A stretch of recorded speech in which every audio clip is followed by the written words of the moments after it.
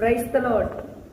நம் தேவனாகிய கர்த்தர் உங்களுக்கு விளக்கை ஏற்றுகிறாருங்க.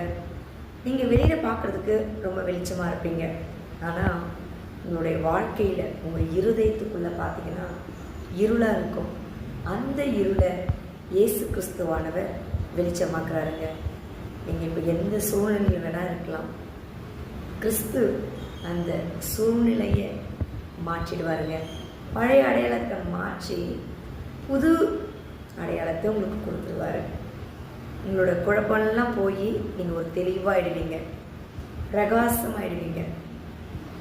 எல்லாரும் கேட்பாங்க, எப்படி இது நடந்தது, என்னமாச்சு, திடீர்னு இவங்க இவ்வளோ பெரிய நிலைமைக்கு இருக்காங்களே, இவங்க குடும்பத்தில் இது நடந்திருக்கே, இந்த மாதிரி அதிசயம் நடந்திருக்கே.